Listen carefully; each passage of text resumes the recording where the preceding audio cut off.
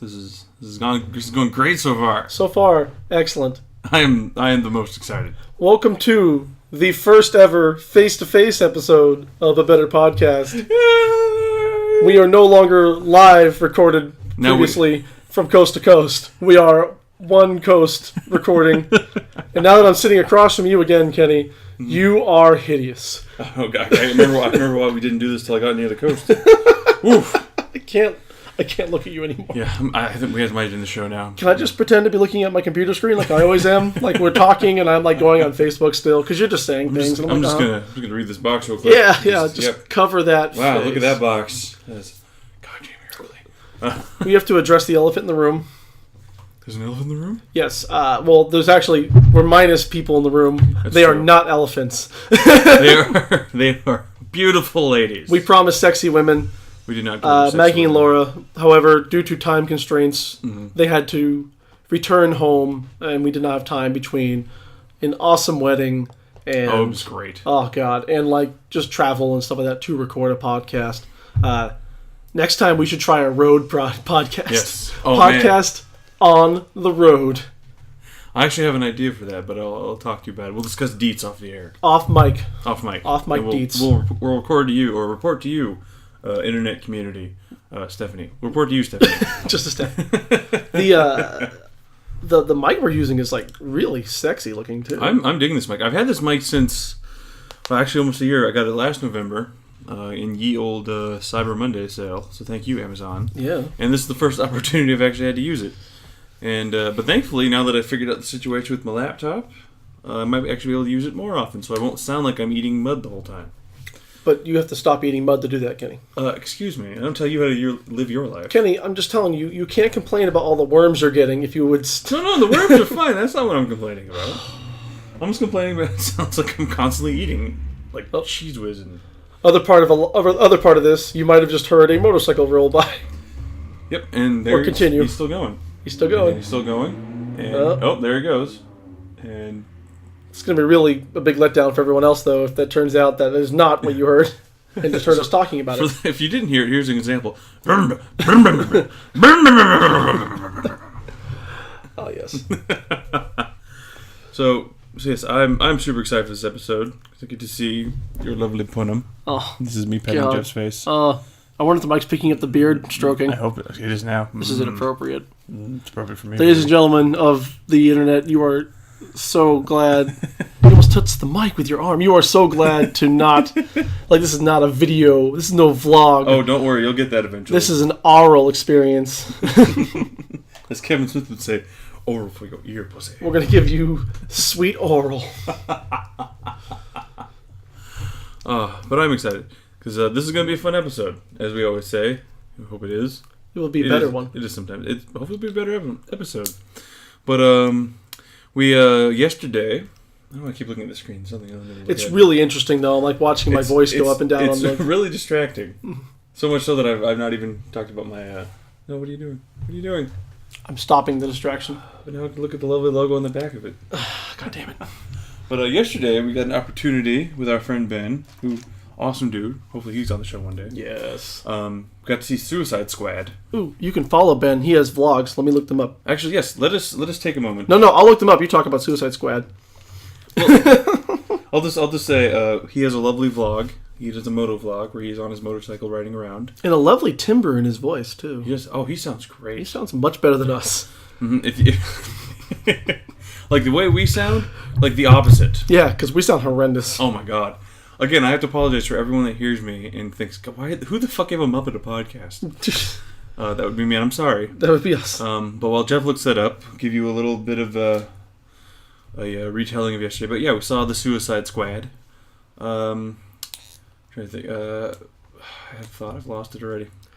Well, I will say from my perspective, I thought it was pretty good. They're obviously, I feel like it will fall into the same trap that Batman v Superman fell into, in that okay movie overall, but there was music that just went by. Apologies. It's just going to keep happening. We should just keep rolling with it. So like I said, I feel like it will fall into the same trap that Batman v Superman did, in that the theatrical release is going to be kind of most people won't like it, but then when they release it on Blu-ray, it's going to have a quote-unquote ultimate edition that's going to have all this extra footage that wasn't included for some reason that would have made the film way better, and it'll be, that version of the film will be the clear better version in the theatrical release. I mean, 20 minutes into the film, I leaned into Ben because he was sitting between us. I leaned into Ben. I rubbed his legs. And I said, somewhere out there's a better cut of this movie. One that is more coherent. The movie doesn't really become a great movie, or even a good movie, until, the action has happened, and, we're, past the middle point. We're in Act 2 at this point, and, okay, now it's a movie I want to see. Before that, it's just like, hey, this is this guy cut. Hey, this is this guy cut. Hey, this is this guy cut. Hey, Amanda Waller cut. Amanda Waller's a bitch cut.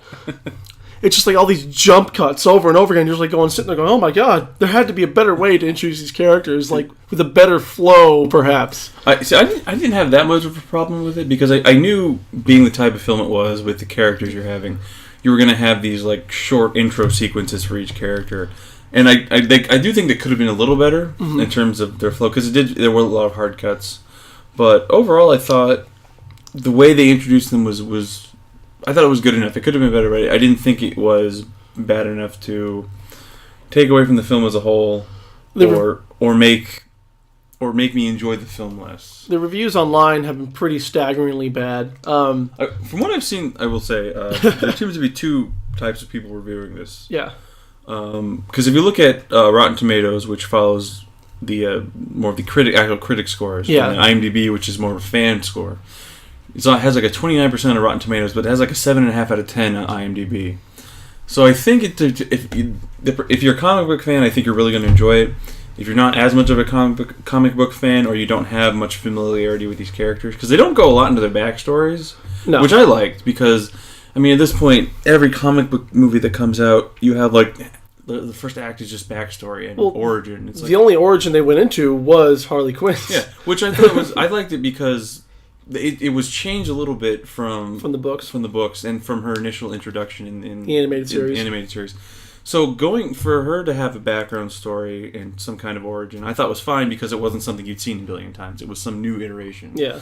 But you see it in the trailers, but her falling into the Acme Chemical thing, it's reminiscent of one of the many Joker origins that we see and stuff, which I thought was cool too, because it harkened to that. It was a nice play to that. Yeah, big time. So in terms of origin stories, you do get one, but it's one that works because you haven't seen it before. As far as I can remember, there's never been that kind of origin for Harley. So you don't get a lot of backstory, which is nice, because, as I said, every comic book movie that comes out, at least now they're not doing as much, but it used to be every comic book movie had 1 billion hours of background story, even though every Batman film that came out, we have to talk about his origin. We all know how he becomes Batman. Yeah. Here comes the Waynes. How many times have we seen the Waynes get shot? What do you think's going to happen this time? I feel like I'm more traumatized than Bruce Wayne ever would be, because I've seen his parents die so many times. And I don't have the money he has. Yeah, I know. The resources, the brains, the only good looks, strength, the abilities, the charisma, likability, anything, really, anything. See you later. I'm going to go hang myself in the bathroom. Save some rope for me. I'll be there in a minute. No. No, the only origin story, as a side note, the only origin story I've ever seen in a film that, because we don't need Batman's origin, Superman's origin. The only origin story I can think of I've seen was the opening sequence of the Edward Norton Hulk film. Mm-hmm. I was combining him and Eric Bana. Where they were what happens. Yeah, it was the intro sequence, the opening title sequence was the intro story. Yeah. And that was fine, because you got all the details you needed. Mm-hmm. You already knew what was happening to the Hulk, because you knew who the Hulk was. Ed Norton Hulk now, bye. Exactly. But it was great, because it gave us enough of a build-up to see, for those who didn't know, how he got to who he was. Yeah. But for those who did know, it was a nice refresher that wasn't, the first act of the film. And honestly, if you are so fucking lost, you're not, and if you listen to this podcast, you're not one of these people, but if you're lost enough to not know what the fuck this origin story is, literally lean into the person next to you who you don't know and ask them, what's the origin story? And I guarantee you it'll probably be someone like me or me, and I'll gladly give you a 30-second rundown of how that shit went through. Or if you're going to the film by yourself because, you don't have a lot of friends who like those kind of movies, or everyone's seen it before you. Or you don't have any friends. Or you don't have any friends. You probably don't. If you're listening to this. Talking to you, Stephanie. Oh, we're kidding. Not our one fan. Where are your friends, Stephanie? She's the only one who's listened to all of them. Just us, Stephanie. Just us. You're only one of us. But if you don't have any friends to see it with, or you don't have any friends who like comic books, watch the movie and then go home and look up Wikipedia. Go to the Marvel or the DC wiki. You'll find all the info you could possibly need. I have spent so much time, as if it's not been evident yet, looking up random characters on Wikipedia and just getting a download of all their backstories. Exactly. So much so that when I finally catch up with the books, like, oh man, I already know this. Ooh, thank God. And I do it too. Every time I've watched a Marvel or a DC film, I always go, either later that day or within a couple days, I always go look up information about the characters on the wiki just to see what information I don't remember about them, what new information's come out since I've really been reading up on the characters. So I always like to do it as a refresher. So even people like us who are pretty hardcore comic book fans, we still use it to look stuff up. So if you feel like you really need the backstory, go. It's not cheating. It really isn't. I mean, these comics there's 75 years of history. Yeah, the main characters like Batman, Superman, Green Arrow, Green Lantern. These things have been out for decades. It's going to take a while for you to slog through the backstory. Yeah, it takes a bit to pick up on what you've been doing. Yeah, so if you really feel like you're cheating, don't worry about it. But that being said, I thought overall the movie was pretty good. I would say, in terms of if I had to rate it, I would say it was more or less for me on par with how I felt about Batman vs Superman. I would say I would give it like a 7.5. I would give it a 7. Yeah, I mean, it has the same problems that Batman vs Superman does. Where I watched that movie and I'm like, there has to be a better cut of that movie. And we spent an hour and a half talking about that. There is now a better cut. It's still not the great version of that movie, but for God's sakes, you spent hundreds of millions of dollars. There's enough coverage shots to make this a better movie. Yeah. Maybe someday we'll get a Ridley Scott director's cut style of it, you know what I mean? Where it's like, oh man, this is way better, and then we can argue about for the next 60 years which cut was the better cut. Yeah. One thing I'm curious about it, because as the credits went by, I saw that Jeff Johns was an executive producer. Yep, he's on there now. So I'm wondering, because as far as I know, and you can probably correct me on this if I'm wrong. You're wrong. Probably. When he took over the creative head for the DCCU, wasn't Suicide Squad more or less done at that point? Yeah, but he's always been an exec on that. But he's just always been around. Jeff Johns is a huge part of that. But company. What I'm wondering, because as we both agree, the film really picked up in the second act. I'm wondering how much, because I'm wondering if him hopping on as the head had any impact in terms of the overall flow of the movie from that point on. Because there's also the infamous reshoots. Yeah. That's what I'm wondering if he had any impact on that. Honestly, I don't think so. Honestly, I don't really, because I believe once he got on, Suicide Squad was in pretty much all post-production. Yeah, it was at the time of Batman v Superman's release. It was pretty much in the can. Yeah, and he didn't come on until after. Yeah. So I mean, I'm not trying to think that he had all this. I'm not trying to say him hopping on is the whole reason the movie got better in the second act, because that doesn't make any sense. Yeah. But I'm wondering if things like the reshoots, if him hopping on had anything to do with that. I mean, well, one thing that stuck out to me, though, speaking of the credit sequence, is that, and I said it out loud, is that, Will Smith gets first billing, obviously, because he's Will Smith. He's Will Smith, and he's a pretty important character in the film. Yeah, and you can't get someone like Will Smith in an ensemble cast who wears a mask through part of the movie. He didn't actually wear the mask that much. Not that much, yeah. But you can't get a big power star like that. And they didn't pay him. They paid him a lot, but he didn't get the kind of money he usually gets because because there's such a huge cast. Yeah. Plus, I wonder, he's got to be under some kind of similar contract that Marvel throws out. Yeah, he's got to be doing a multi. Oh, there's gonna be multi-film deal with DC. But Will Smith he gets first billing, obviously. But Jared Leto got second billing, and he was the B story of the movie, Joker. Yeah. And I like Jared Leto's Joker in this movie. I'll say it right now.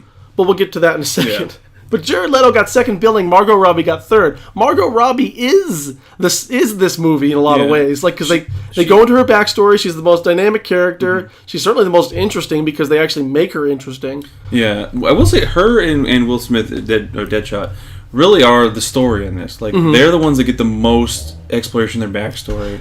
In terms of with Will Smith's character with Deadshot, you do get the backstory in the sense of how he gets to Arkham. It is Arkham. Well, how Deadshot gets to Arkham? Yeah, Deadshot goes to Belle Reve.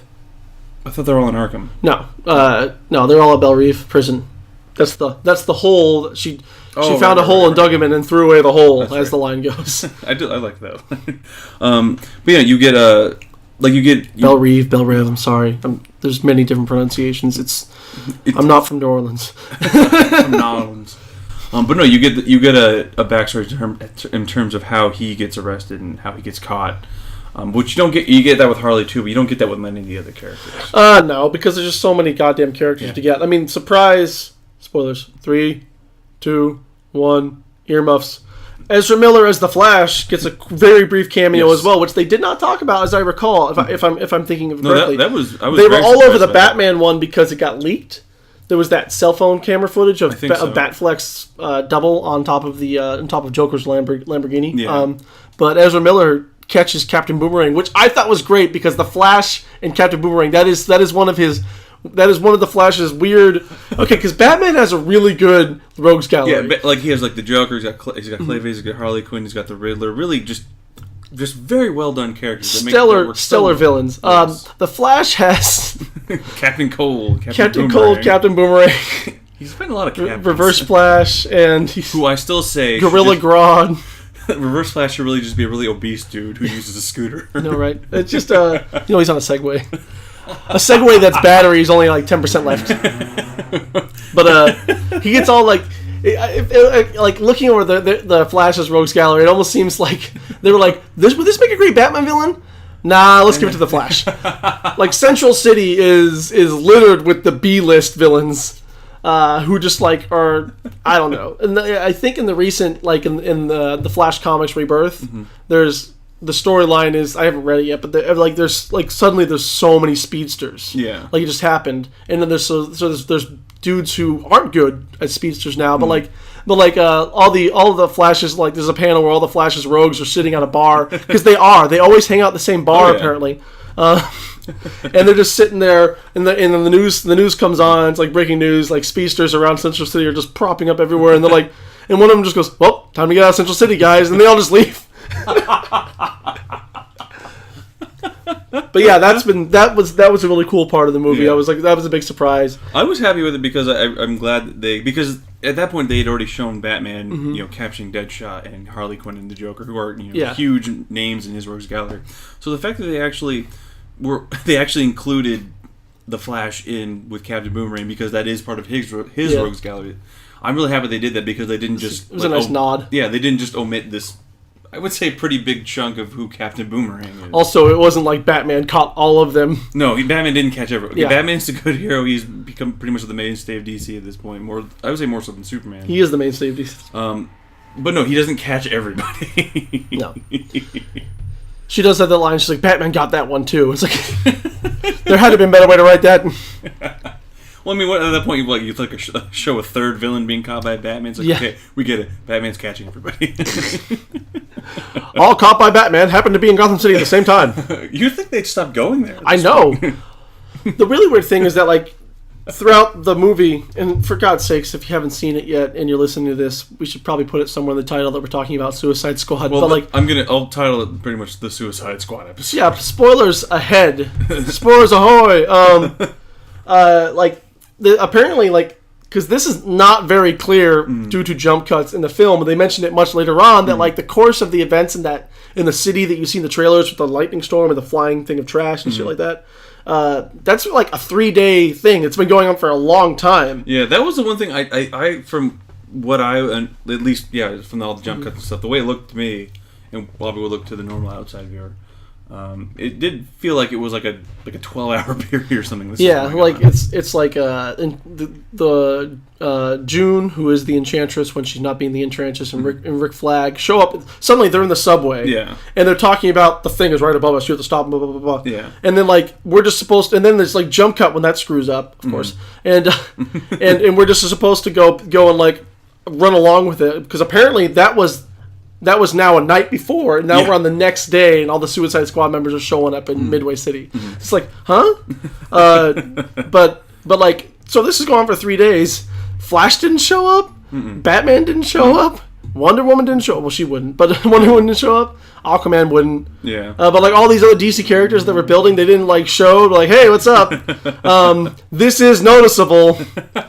Is Batman just like, I'm too busy? That probably what they're doing is like Batman was like, going to find Aquaman at that point. Yeah, that's what I'm wondering. Like, if at this point, I feel like because all these films are more or less supposed to be starting to take place kind of at the same time. So I wonder if this is like while this is happening, Batman's off, trying to find Aquaman, Arthur Curry. Superman's, dead. He's dead. Wonder Woman is wink. Spoiler: Superman's not actually dead. He's not gonna be dead. He's never gonna die. If you've read a comic, you're aware of this. No one dies in comics. Superman. Unless you're Bucky Rogers or Bucky Barnes. Nope. Came back. Anymore. Came back. Never mind. The two rules of comics were always Bucky Barnes. The only one who stays dead is Bucky Barnes, and you never find out Wolverine's backstory. And those two rules have been broken. Yeah. Gwen Stacy also supposed to remain dead, but now she's Spider-Gwen in different universes and shit like that. She's also like. There's also I read at Fantastic Comics in Berkeley, California. I've never been there, but I hear good things. It's great things. I saw a copy of I think it's called Gwen Stacy Girl Deadpool or something like that, where she's now like wearing a pink Deadpool outfit. Yeah, I saw pictures of that. I didn't know if that was for an actual comic. I don't know what's going on with that or not. I didn't pick it up. I really should have, but that was interesting. Yeah, I need to look into that. Neither here nor there for this current conversation, though. Carry on. But I'm thinking like, Batman's probably off doing his thing, trying to find people like Aquaman. Superman's dead. Wonder Woman is probably in hiding because that seems to be her thing right now. She's kind of in hiding. She's like, fuck these people. Yeah. Or she doesn't feel like she needs to really help out. Well, I feel like she can't just go back to Themyscira either because she's not allowed back, I believe. Yeah. I'm assuming she's probably just going into hiding. Well, it depends on what storyline they're following. She got banished from Themyscira when she decided to leave to help mankind. Yeah, because they're not supposed to help the menfolk. Yeah. So I'm curious to see, because for the big two, Superman, Batman, it seems pretty obvious what they're probably doing. Wonder Woman's kind of a wild card because we don't know. What was Flash doing, motherfucker? Yeah, well, he's like what, 12? He's probably in school. Yeah, he's not watching TV. He doesn't have friends. In fact, I think the Flash the Flash that they've given us looks sort of like a guy who would just troll around 4chan for a while. And if 4chan made a GIF about it, then he'd be like, "Oh no, zoom! Shit, I had to stop them." Oh, this happened a week ago. Dicks, horrible thing, dicks. Oh shit! Horrible thing with dicks. I didn't know you could do that with a dick. Midway City. Oh shit! But no. So I'm curious to see exactly how or what time period Suicide Squad takes place in. If it's taking place during certain events, if it's supposed to take place after Batman v Superman. It is taking place after Batman v Superman. We don't know how much time has passed. It seems pretty soon though, because people are selling T-shirts that say like they have like the Superman logo on the front and the back. It says "Never Forget." Yeah, that when Amanda Waller meets, I guess it was a general of some sort. Yeah. Yeah, when she meets him in the restaurant, there's a man outside who's selling, I guess, bootleg T-shirts of I think Superman one. I think there's a Batman one. No, it's only says Superman on it. Okay. It's all about because Superman has just died, I guess. Yeah, because it's got to be. I would say probably within like a month or two after he died, probably. If that is true, the Earth of the DC universe has gone through a lot of shit recently. Metropolis was pretty much destroyed. 3 years later, destroyed. 3 years again, pretty much destroyed once more, but less populated areas this time, which they made sure to mention. And then, like during Suicide Squad, Enchantress's death machine blows up like aircraft carriers and like all these like radar things, and like this is not good before Apocalypse shows up. And then the machine gets shut down, and then all the trash that's floating there just falls over. Yeah. Trash is like several ton vehicles. Yeah, and dumpsters. that's just Midway City though. No one really gives a shit about Midway City. True. Who lives in Midway City? No one now. I don't know. Yeah. what superhero comes out of Midway City? I cannot remember. Oh, by the way, I mentioned this earlier. I found the information, but I forgot to tell anybody. Ben's motorcycle vlog is on YouTube. We totally spaced on that. Yes, it's let's take a moment to pinpoint. It's Motodozer. That's one word. Motodozer. It's pretty interesting. He has a motorcycle, as you probably have guessed from the title, and he just it's a Yamaha Star Bolt. It's actually a very nice motorcycle. I've seen it. I would say it's the bike to get if you want a Harley, but you don't want to be in that crowd because it's very similar in terms of design, but it sounds really nice. From what he's told me about it, runs very, very smooth, which is awesome. But yeah, he basically just straps his GoPro on and he just kind of rides around town, and whatever topic he comes up with at that time, just kind of goes on and on about it, and it's really he's one thing I will say, because he is a writer, and he's a really awesome speaking voice, and he's really able to. Very sexy. Very sultry sexy tones. But he's really able to, I think being a writer really helps him able to capture the essence of the topic he's trying to get through, and it comes out really well. So I would say if you get a chance to check it out. I've been subscribed for a while. I recommend it. He updates fairly regularly. Since he had his baby, things are a little more things are harder. It's a little harder to go out and. You might not know this, Stephanie. But having kids really screws up your free time. As it turns out. Who knew? But no, I think once his baby gets a little easier to take care of, I think he'll start getting back into it. Oh, Silver Age. Sorry, go on. Saying, once his baby is a little less difficult to deal with, as you might say, I think it'll be getting updated more regularly, and he'll get back into doing it as often as he was. But I really dig it, and I really am hoping he does get back into it, because it was very nice. It was a very nice thing to listen to. Mm-hmm. Midway City. Before I interrupt myself from Ben, but it gave me time to look at Midway City. I forgot about all this stuff. Doom Patrol was based out of there largely. Hawkman, Hawkgirl. Who, spoiler alert, possibly, I heard are actually dead in the DC universe. They're always dead or on their way to being dead or getting alive again. Well, I mean, at this point in their timeline, I think they are dead again. It's a really cool story. I will say, side note, I really feel like Hawkman and Hawkgirl don't get the play they should, because they are really cool characters. They are really cool characters.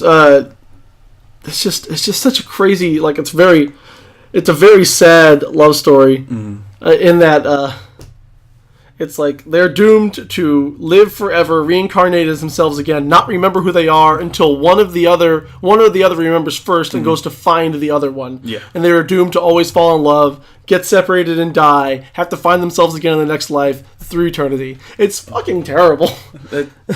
But very poetic and sweet, but I'd like it too, because with that kind of story could very easily be written very awfully, very cheesy. Yeah.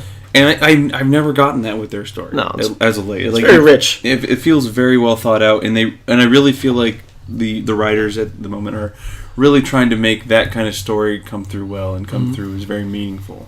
As it turns out, DC Legends of Tomorrow is going to have a revolving cast, so Hawkman and Hawkgirl are off it for the second season for the most part. It's still unclear. They might come back for an episode or two, but they're pretty much they've rotated out. I believe they're just going to keep a core cast of characters. Probably. Well, I imagine you'll get the stables. Well, you'll get the most popular characters. Is who will stay, yeah. And Ray Palmer, stuff like that. Because Brandon Routh is it's almost like he's slumming it on TV. He's actually a really good actor. He got too much shit for Superman Returns. Yeah. I think it really kind of killed his very early career, because that was his big break. As we've said, Brandon Routh was not the problem with Superman Returns. No, he was not. He was great at it. I'm proud of him. and he's doing a great, very sweet and genuine Ray Palmer too. So it's really good. So, I side note again. Yes. I really am liking at least how how DC is, I feel like, starting to kind of figure themselves out in terms of cinematic universes, and TV-wise, I think too they're really starting to get things together. The movies cannot hold a card to what they're doing on TV right now. It's obscene how good their TV shows are. And Arrow is struggling to find its feet again, and I think that this season is supposed to really kind of fix a lot of things, but it's still better. Any episode of Arrow is still better than a lot of Batman v Superman. Well, I look at it in terms of you look at like the older DC films, not great. They're really bad. And I feel like this one, they really started to figure out the television side of things, and the characters and the shows themselves are working out really well. Yeah. And I feel like it's taken them a while, obviously, but I really feel like at this point they're starting to really figure out how to do the movies. Yeah. So, although it kind of sucks that they're figuring out now, and they're figuring out with movies that I really want to do well. Yeah. I really think in another year or two they're really going to have they'll have gotten to somewhere where Marvel is. Yeah, I mean, and they'll really have these like really solid films with these really good characters. In DC's defense, they went on a long hiatus. Then we're not counting the Nolan films because those are almost a different animal at this point. Yeah, but like to say, like remember Ang Lee's Hulk, guys. Remember Daredevil, guys. Oof. Remember. So like remember pre-Batfleck? Yeah. Like, it was just everything. Like Marvel had its hiccups too. It's just they sort of like got those growing pains out of the way early. I feel like we talked about this last night after the movie. I feel like we're spoiled now. Yeah. Because like the bar has been set so high that when it's not reached, this movie's garbage. It's terrible. Yeah. Like we have to remember, guys, that there was Howard the Duck at one point. Oh God. Like we have to remember that there was remember Batman and Robin, guys. Remember that? Remember the Bat nipples? Batman Forever, Batman and Robin. Oh God, those movies are so. Remember when they killed Alfred? No, because the way I look at it, like if you've taken this, Alicia Silverstone. We could do a whole episode of why that movie sucked. We have to do a one day. We're gonna have to do like a commentary track on one of those movies. Oh, we should just do we should sit down and watch both of them and just do like 1 5-hour episode. But like the way I look at it, like if you had taken Suicide Squad as it was, take it and released it 10 years ago, we would probably be singing a whole different tune about it. We would probably be like, "Oh man, this movie was great. I thought it was awesome. It had its problems, but it was a phenomenal film." Mm-hmm. But you take it now, after we've gone through this renaissance of comic book films that are really great and have these great actors and these great characters and great stories with people who give a shit, people who are making these movies. You release you release that movie now, and we're like, it's okay. It could be better. Like it's because we have, like you're saying, we have had this. We're being spoiled with all these good films coming out. When a film isn't up to what our bar is, it's not good. It's bad. And I'm not apologizing for the film. It's got its issues that I feel like should have been fixed. I feel like there's more. I feel like Disney is leaving Marvel alone. I feel like Warner Brothers is not leaving DC alone. Which is why I'm curious what's going to happen with Jeff Johns being the head of the DC creative universe, or the cinematic universe creative. Because I want to know, are they going to leave? Are they basically saying, like, we screwed up, you take it, you figure it out? Because he's been the head of DC or the creative side, especially for things like the New 52. He's been head of that for a while. Yeah. So I'm wondering if they're like, we should have done this a while ago, you take the reins. We'll just give you the money. You figure it out. They really should just back the fuck off. So that's why I am really excited to see like how the Justice League film is going to be. How the new Batfleck film. Well, that trailer was pretty strong, and to be honest with you, so was the Suicide Squad trailers. So I guess what I'm trying to say is whoever's making these trailers needs to do the editing for the next couple films, because like the trailers look great and the movies. Ooh, it's getting a little heated. But no, I'm really curious to see if, because he's now head of it, if Warner Brothers is gotten to the point where they're like, we should have done this originally. You take the reins, you figure it out. I mean, they got my ticket. They always will. I'll suck their dicks too if they want. Yeah, like I mean, it won't be a good blowjob at all because I've never given one. Earn it. I've never given one. I can't speak to how well of a blowjob I could possibly give. We talk about dicks every episode. Yes, we do. Yes, we do. This is what people want to hear. Disclaimer: we really aren't gay. I promise you, Kenny. If we keep having to say that, it's not believable. Yeah, we doth to protest too much. Plus, you did suck my dick earlier. Hey! I needed the money. But no, I mean, I'm a huge comic book fan. Yeah, it doesn't matter how good the film is. I'll buy a ticket because I want to see it. And I'll buy the movie too. Yeah, I love comic books. I love the films that are coming out. Mm-hmm. Even with their problems, I'm still like, I'm glad to see this on the screen. I will support this. And I think kind of in the same vein of Superman Returns, I don't feel like the actors were the problem with this. No. Like, I thought every actor with their role did a good job, did a great job. They really, I think, nailed the essence of the character. If it's not obvious from all the on-set shenanigans and like weird things that happen with Jared Leto, he really got into the character, and so far so good. He has not committed suicide. Yeah, thank you for not pulling a Heath Ledger. Yeah, One I did like. It's not funny. It's not funny. No, but I'm serious. I mean that sincerely. I'm really glad that this movie didn't do that. Because that character can take you to some really dark places. Yeah. And I'm glad Jared Leto thus far has come out of it okay. Yeah. I feel... I really do. I'm serious note. I really do miss Heath Ledger. And he did such a great job with that character. Achingly good job. Like, that was one thing that Jared Leto said that when he got the role is he was legitimately terrified because... He was like, there's no way I can live up to this character. I can't do the things that Heath Ledger did with this character. To all the haters who said like Jared Leto can never be as good as Heath Ledger, it doesn't really matter because even if Heath Ledger was alive today, he's in Nolanverse Batman. He could not be in Suicide Squad Batman. Because Jack Nicholson did a great job as the Joker in the '89 film. Heath Ledger did a phenomenal job as the Joker in Dark Knight. But they're two different Jokers. Yeah, you can't compare them.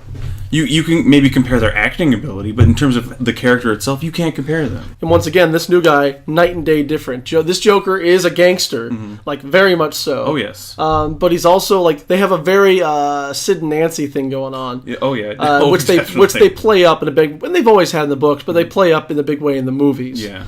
It's nuts and appropriately so. Oh yeah.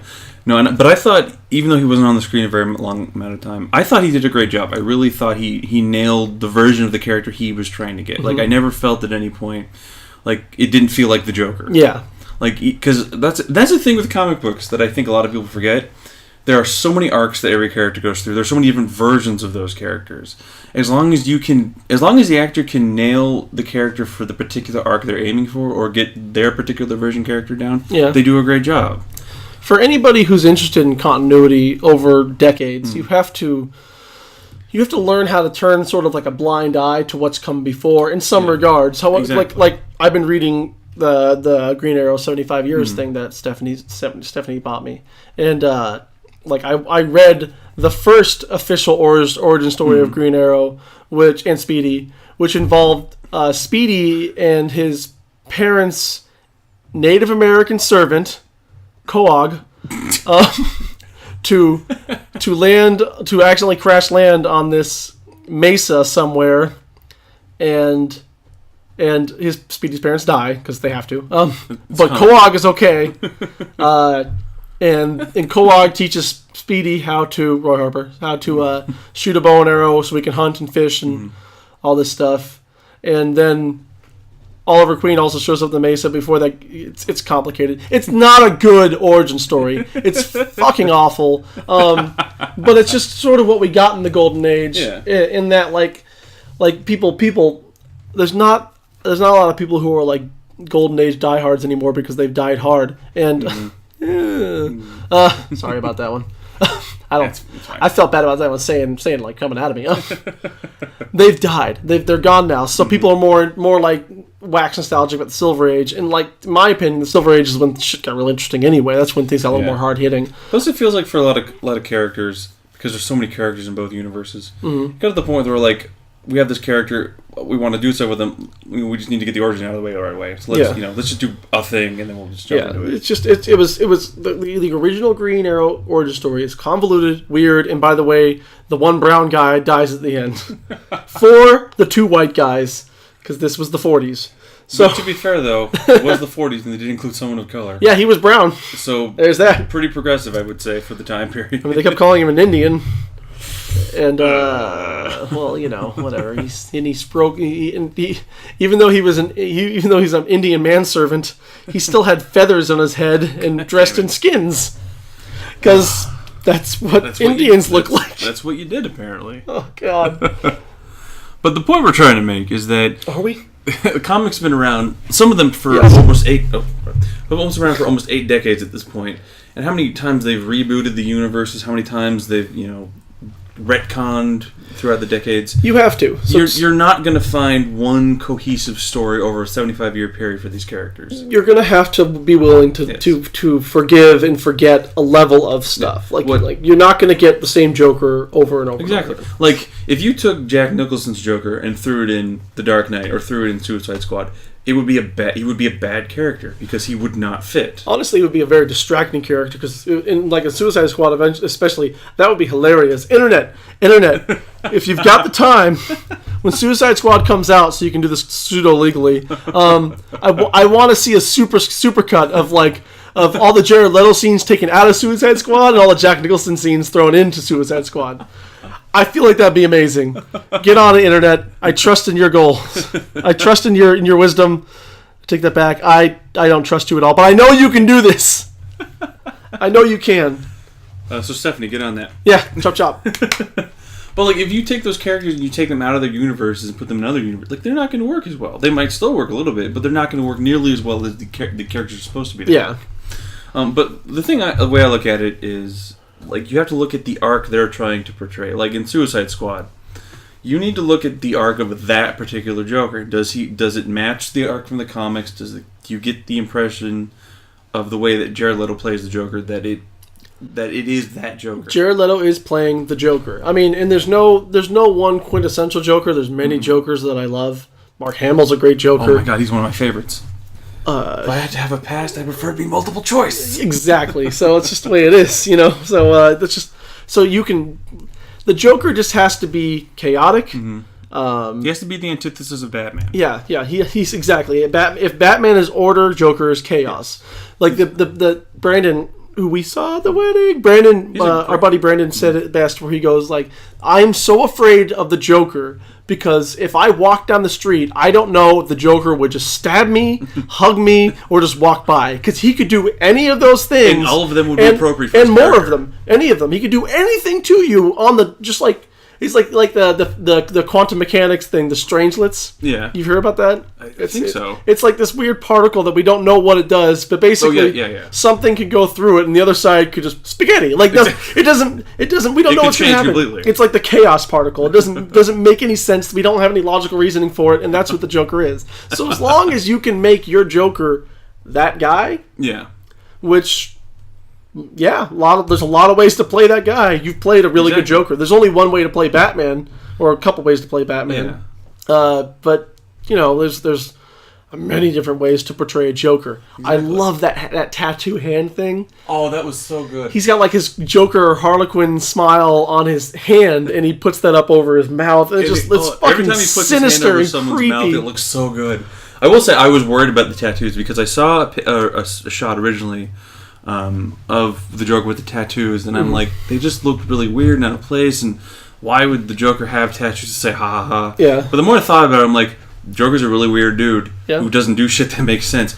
I mean, he probably would have walked in one day. I want you to tattoo ha ha ha. Well, this Joker is he's a underworld gang leader. Like so he would have a shit ton of bling and tattoos and stuff like that. And like the one on his hand, like that makes sense. Mm-hmm. Like the one he has on his forehead. The only problem I have with that one is I just think the font is too fancy. I like that. It says it's like a nice gentle script, and it says damaged. Although during the movie I thought it's a demigod, and it was actually pretty. Actually, that's badass. I'm more disappointed it doesn't say that Demigod. But no, it like thinking about it and looking at the way he portrayed the character and the type of character he is, those actually make sense to me, and I'm totally fine with them being there now. But yeah, originally I was like, why would you? But I think at that point I was comparing it more to previous Jokers and how I think the Joker is, like the archetypal Joker, which, as we've said, there really isn't one. You can't have one because it doesn't make sense for his character to have. That's what they're kind of doing on Gotham, in that like they haven't, like you would swear that they introduced a Joker character, like a young, like 16-year-old Joker, but then they kill him, and like so they keep coming up with like spoiler by the way, he's dead. They keep coming up with different Jokers on Gotham because you're not supposed to know what Joker is really. Exactly. He's a force of nature. He's a hurricane. He's not a person. and you have your what I guess some might call the like more or less canonical origin story where he's it's the one from The Killing Joke. That's the one that we sort of. That's like there's no official canon from DC, but that's the one that a lot of fans generally accept as the quote-unquote origin of the Joker. I think we might have gotten a new one, the New 52, and that's supposed to be the canonical origin of Joker, but I still really like the idea of it, like, or it could just be I could have just made that up. Or I just honestly can't remember. But that's one thing I like what they do with the Joker is they like always have like the quote-unquote original canonical intro for the Joker, but it always changes every time. It's like every time they reboot him, it's always something different. It's always something weird. Like with Batman, you get the general idea of his parents were shot by this gangster, and that's how he becomes Batman. And it changes slightly from here to there. But the general origin is his parents were killed. Joe Chill shoots the Waynes, and that's how it begins. With the Joker, it's always something weird. Like he falls into the chemicals, or he's like this failed comedian. He basically has one bad night too many, and it breaks him. Mm-hmm. Even though you get different origins, and there's always one that's the original one. It's true because in 1989 Batman. Mm-hmm. The Joker is who kills Batman's parents, apparently. Yeah, he is Joe Chill in that moment. Well, he's not Joe Chill. He's he takes Joe Chill's place. What's the name of that? What was the name of his character? Jack something. Jack. We'll have to look that up. Whatever. But even in that, like his origin is different, and even though we get these, the canonical origin, they're all different every time. There's no elements of them that are the same. Because every origin is canonical. But that's what I'm saying. Like there's no aspects of it that are the same throughout each one. But sorry, we had to. We're trying to avoid technical issues. I just randomly touched Kenny's laptop charger, like the power block, and it is fucking on fire. So we're just gonna move it off of the bed that it's on. And hopefully I've unplugged it. So hopefully it won't light this table on fire. It'll be fine. But no, that's the thing. Is like you have your aspects of the Batman and Superman and Wonder Woman that always come through in terms of the origin of those characters. But with the Joker, there's none of the real elements really translate from one origin to the next. It's always something weird. And I like that they do that with him. And I really think even though they do come up with an origin every time, it never feels like this is the real one. Because I feel like when the next person who reboots the Joker, what are they going to do with him now? Like I never feel like it's always the same. Long story short, we liked the Joker in the Suicide Squad. the message we're trying to convey to you at the moment, the Joker was good. Even though he was in the film very long, I thought he did a great job when he was on the screen. What else? Viola Davis, a great Amanda Waller. I thought she did a really good job. Amanda Waller is who she is in the comics, like unapologetic she's and fucked up. She's crazy. Actually, she might. There's a running theme towards the end of the movie that like the good guys are actually just as bad as the bad guys. It's all about perception at that point. Yeah, it's like there's this running argument where Rick Flag argues with Deadpool, like, you're a hired gun, I'm a soldier, you get paid to be a serial killer. You're gonna cut and run as soon as the danger starts. And like and at the same time, like it sort of leaves it open. It's like, but don't you get paid to kill people too? It's just like there's a government organization behind you, and not like yourself. And like you work for Amanda Waller, who's, as it turns out, a monster, not a great human being. No, she's actually really awful, and I love her character. But let's see here. Katana, underused. Yeah, I thought, like... She was just tossed in, to be honest with you. Like, literally, she just shows up. Yeah, like, there was no hint. Like, I had no idea she was going to be in the film, and all of a sudden she's there, and I'm like, why is she here? I read that she was going to be in the film. Well, I didn't read anything about the film. But, like, none of the trailers show her. She's never mentioned anywhere in the trailers. All of a sudden she's like, no, I think she's in one of them. Is she? Yeah, I think so. Yeah, but she looks great, right out of the comics. Her character looks phenomenal. I really think for the time she's on screen, great job. But because she's on the screen so little, and because she almost feels thrown in, she doesn't feel like she fits almost. Yeah. But at the same time, like I feel like if you take her out, I feel like you do lose something in the film. I don't know if you do, to be honest with you. I think if you take her out, it's the same exact movie. See, I just think because she does have some interactions with the characters, so I feel like if you lose her, I'm not saying like if you lose her, you lose this whole chunk and the film doesn't work anymore. But I feel like you do lose a little bit of film, enough of the film that it wouldn't be the same exact film for me at least. But no, I thought her character was done really well. I really like Captain Boomerang. Jai Courtney as Captain Boomerang. Although I will say, every time he was on screen, I just kept wishing, fuck's sakes, why isn't this like Pacific Rim 2? It's also one of the first times I think probably outside of Pacific Rim where he was in the film, and I'm like, wow, you're actually doing good in this one. Remember the Die Hard movie he was in? Yeah, Die Hard 5. Yeah, was it from Russia with Die Hard from Russia with Love or something like that, or it was the Russian one where it's the latest one. He plays John McClane's son, and it's not great. That's probably not his fault either. I will say, side note about Die Hard, if any of you who are fans of Cracked.com, which I know I am, I'm sure you are. Yes. And for you, Stephanie, there's a video they talk about Dan O'Brien, he's one of the head writers at Cracked. He does this video about why was it White House Down, I think it's called, or Olympus Has Fallen, one of the two. One of those movies that just came out. Is why that's the new Die Hard, and he goes over all these like bullet points as to why what worked about the first Die Hard and what you find in White House Down that matches those points. And a lot of it's saying like part of the reason that Die Hard worked was because it was in an enclosed location and it has this hero who basically screwed, has no idea what he's gonna do, and like doesn't have he has no weapons on him. He's like he triumphs with this sheer grit and determination. Yeah, like he's like in the first Die Hard, Bruce Willis running around without shoes on, running through glass and shit like that. Yeah, so you have all these your character's really down on his luck. His life is pretty much gone to shit. Now I have a machine gun.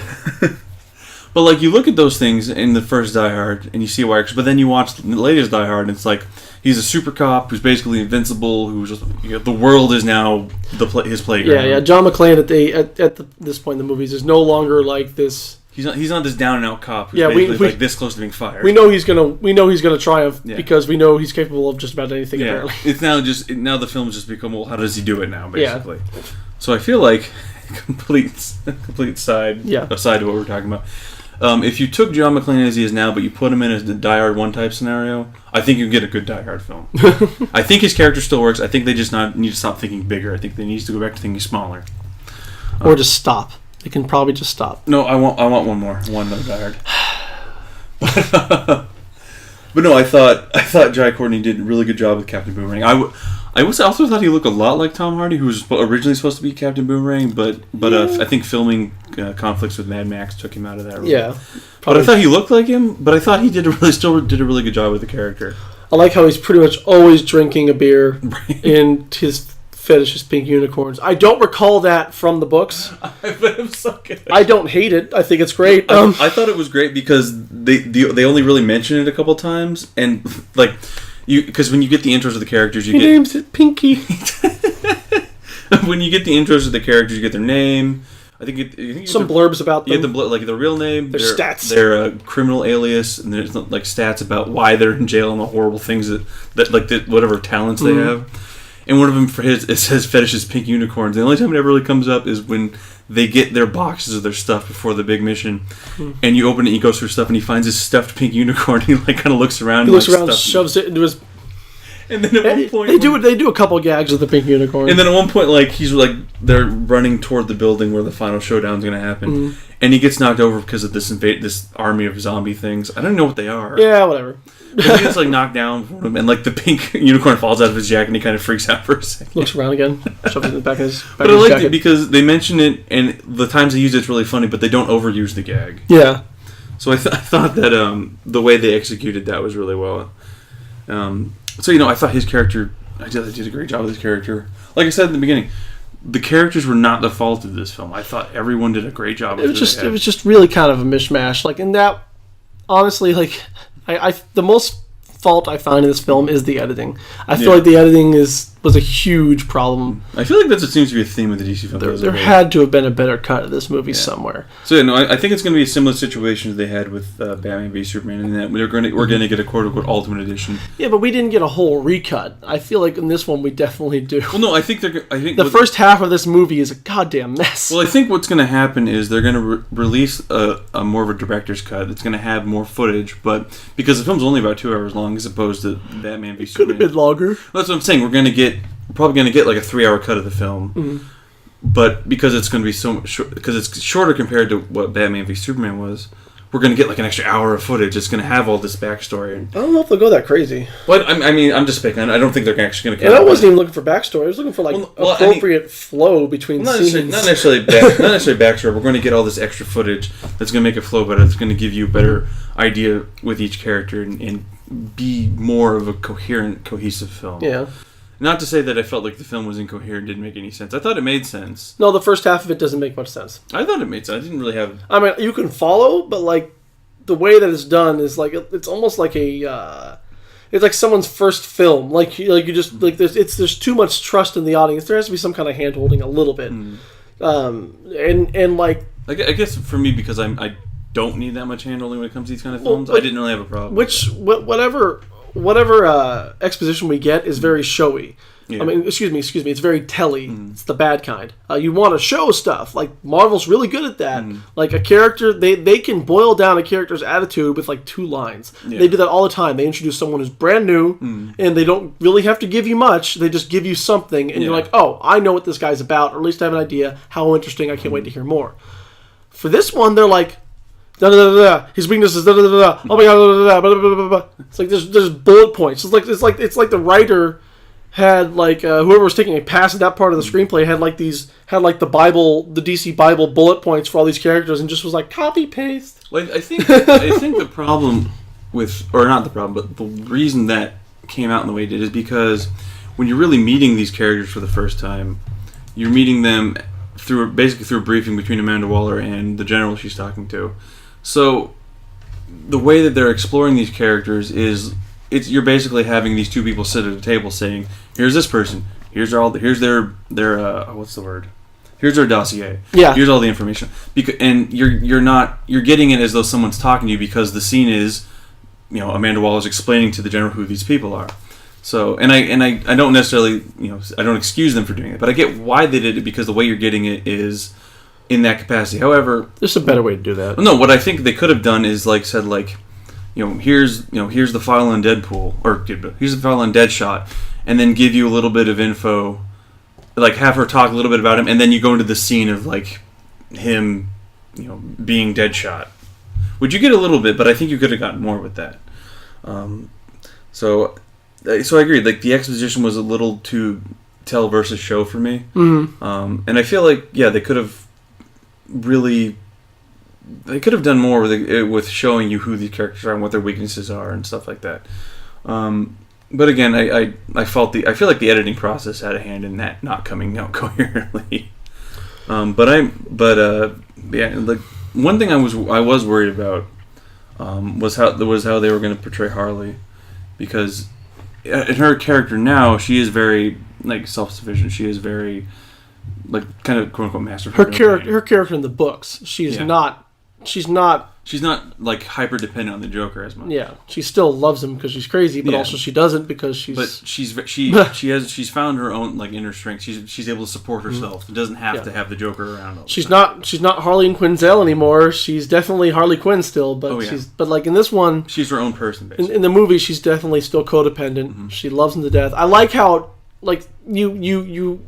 The threat was there to make Harley Quinn and Deadshot a couple. Yeah. In this movie, but they have by the end of the movie they have a very brother and sister relationship. You can definitely tell that they care about each other. There's legit respect and a little bit of love going between them, but it's not like that. I want to put it in love. No, it's more of like they kind of love. Yeah, good kind of loving. But it's definitely more of like a love of like they'll protect each other if they're fighting together. Kind of thing. So I really like that relationship, because you get the sense, like you were saying, like they're going to start fucking any moment now, but they never get to the point. You never get that feeling. I never got the feeling. Yeah. It would be so easy to give their relationship a romantic edge, and it doesn't get there. No, it doesn't. There's a lot of like looks, because let's face it, it's Margot Robbie hanging out and in like she has a great outfit, the shortest shorts imaginable, and I don't want to like. Okay, how do I do this and not in a sexist way? I'm sorry. She does have some butt cheek hanging out. Oh my god, but it's great. But I was worried because I was worried that they were going to make her. They were going to hypersexualize her character to the point where she was just a sex doll of the bad. She is not a fuck doll in this movie, guys. Sorry. She dresses very sexy, but she is very much in control of herself. She doesn't. Like the only time that she ever really kind of loses her character is when the Joker shows up. Yeah, that's when. But otherwise, she's in charge of her behavior. But that makes sense for her character, because her character is still in the point where she's still head over heels with the Joker and wants nothing more than just to be with him. Like they have this one scene towards the end when the Suicide Squad is about to fight the Enchantress, and she does something basically that like makes everyone like hallucinate. They're seeing like their wildest fantasy. Yeah. Like for Deadshot, it's when the Batman confronts him. He shoots him dead, and he's prevents him from being arrested. Yeah, so and he saves his daughter. With Harley Quinn, it's she and the Joker are quote unquote normal. They have a normal couple. They're a normal couple. Jared Leto looks like Jared Leto. He doesn't look like the Joker anymore, and it's sort of like It's tricky too because like in the reviews we read this morning, one guy bashed that scene. Why? Because it doesn't like at her core she just wants to be with the Joker. Well, of course she does. But at her very core, because she's twisted and crazy. Yeah. She fell in love with the Joker. Then he broke out of Arkham, probably with her help. It's still kind of unclear. Yeah. And then he gives her electroshock therapy. So she goes extra crazy after that. And then she jumps into the vat of acid for him. Yeah, for him. Yeah. But it works because like in her mind, that's what she wants with the Joker is a normal life, is to be with him. And I mean, granted, what you see is the typical normal setting. Mm-hmm. But in her mind, like that's what it is. That's just them being together with a family and having their nice yard and stuff. Mm-hmm. And she does have a little bit of a speech about what quote unquote normal is. Yeah, which I think makes sense to the scene because then you go into really what she thinks normal is, and it really is just what everyone else wants, kind of thing. Well, she talks about she's that scene at the bar. She's talking about the darkness in everybody. Like everyone's got a dark side. Oh yeah, and everyone kind of like it's like it happens in a really kind of pivotal scene for El Diablo. El Diablo. Who doesn't get enough play in this movie either. Although I really think he needs to be used more. They keep turning him up as like this really powerful guy, and he is. But spoiler, pretty much saves the day. But they don't give him enough to like kind of make his character great. They don't do enough to utilize his powers in a way that makes him to sell that. Yeah. At the very end, yes. Oh yeah, but it's also just like, what the fuck? There's a couple of moments where you really see him unleashed, and you're like, holy shit. Yeah. But they don't have near enough of that. But he's talking about how his wife and kids die, and he did it. He just can't remember. He went into a rage and killed all of them, and like everyone just kind of look at him like the kids too. Like all these bad guys like the kids too. Deadpool is like, I don't do women or kids because he's like Leon the Professional. You also call him Dead. Fuck. Deadshot. We're probably gonna do that a couple more times. Yeah. Well, come on, guys, really. But yeah, Deadshot says I don't do women and kids, just like Leon the Professional. Good movie, by the way. Great movie. Oh my god. Time out. Focus. So they're all like basically looking at him like you're a real monster. Yeah, and Killer Croc's over there. He eats people. Yes. I'm pretty sure he has eaten someone at this point in the film. And she just like breaks the silence by going, "Own it." Yeah. Oh, that was so good. It's like, oh god, no, it's just like Harley Quinn was a likable character up to that point, but she's still kind of likable because she's just being her. This is who she's supposed to be. Yeah, exactly. She's all in on thinking that that's just the way the world is. People are terrible. Exactly. Everyone's terrible. Yeah, and it's very much so the Joker concept where it's like chaos is the way it is because in our heart of hearts we're all animals who want to go against each other anyway. We're all looking out for number one. You have a plan, but as soon as the plan breaks, then chaos everywhere. Yeah. But no, I thought she did a great job, and I like that. Like they have that scene where she basically tells him to own it. And then they're fighting. I don't even know what the brother character. I forget his name, but they're basically both demigods themselves. Yeah, he's fighting the male demigod who's like 20 feet tall. The brother of Enchantress. Yes. They're fighting, and like the El Diablo comes out, and he's the only one who can really fight him because he has like actual powers, basically. As it turns out, El Diablo might be a demigod himself because he goes in like full on Super Saiyan mode. Yeah, he's fighting him and he's like using his flames to push him back, but of course he gets overpowered and he gets knocked into this room and he's laying on the ground and he looks over and he sees this mirror that has these photos of children, of someone's children, and he basically just loses his shit because I think he finally is starting to accept like what he did and he needs to atone. Mm-hmm. And he basically just goes berserk and becomes this like giant flaming skeleton thing. That was another great character moment too, as we can flash back a little bit when they're getting all these little awesome like perfect realities. Yeah, he's getting his with his wife and his kids back. Oh, that was so and he stands up and he breaks out of it and he goes, no, I did that. I can't take that away. I don't deserve that. I did that. And then Enchantress goes, how long have you known? And she goes, I've always known. He's like, I've always known that I did that. I have to own it. I have to live up to that.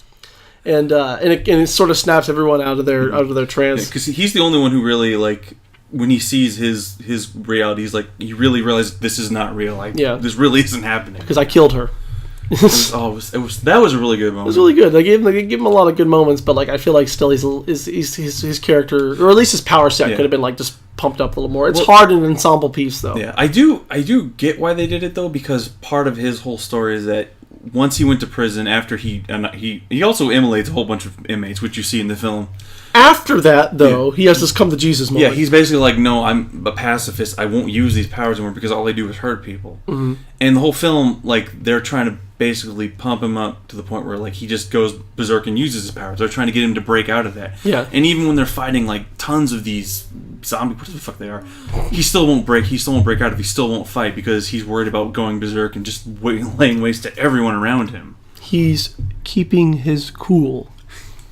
Not my joke, their joke. It's true. Not my joke. Now, I will own all my bad jokes. That one's not mine, that's theirs. Credit where credit is due. Yeah, that's theirs. That's their bad joke. But there's a great moment when they're going up this, I think it's like some kind of office building. Yeah, it's really confusing.